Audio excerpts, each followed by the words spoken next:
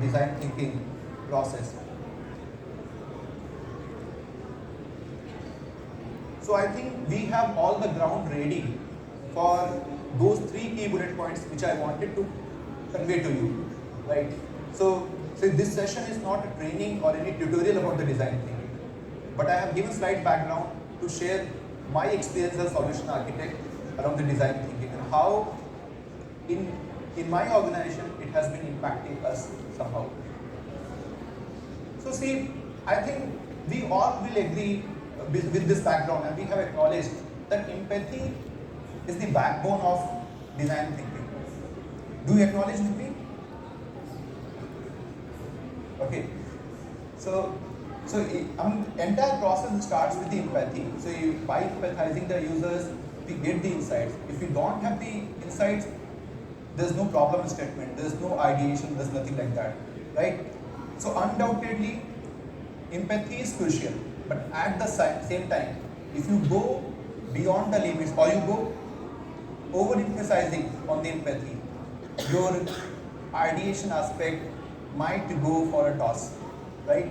Because you go very long. It's a simple example. I think in our life, it's very difficult to empathize our spouse itself, right? It's not that easy. How many of you struggle with empathizing your partner? See, I think everyone will raise his hand. At least I have this struggle. I struggle to empathize my wife. She says, "Hey, you didn't hear that." I said, "I heard that." And I think I had a couple of videos also, but in the lack of internet, I will not be able to play that. So empathizing itself is a difficult task. And when you start talking to the customers or the end users do not know what you exactly want. So the creating boundary is very important to overcome with the first problem, that is overemphasizing on empathy. Otherwise, what happens? You overshoot your budget, you overshoot your timelines, and it can be an everlasting process if it is not being taken care very well. The second problem is that ignoring technical constraints. So see, if you see overall process, it starts with empathy, then defining the problem statements, then ideating. So as per the fundamentals, it doesn't highlight that part as an integral aspect that we need to have the collaboration with technical people. So there are chances that people ignore it and people overlook it when the holistic solution is talked about. And what happens? I'll give you an example of this. How people ignore it. I have my own experience. And the third thing is that, so in the overall process, you can see at the end it was test phase where we evaluate the prototypes. So there are some chances that you figure out some of the feedbacks, you figure out some gaps, and then you again reiterate. And this reiteration goes in the loop.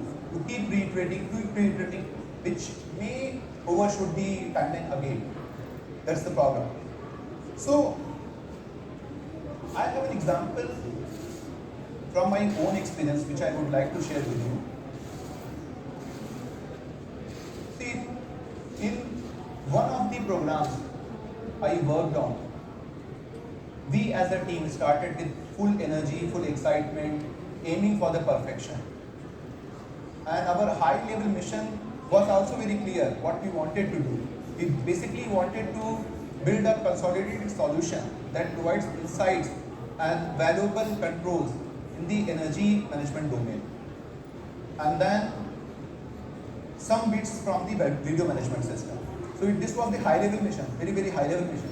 And we had to narrow down to very pointed problem statements.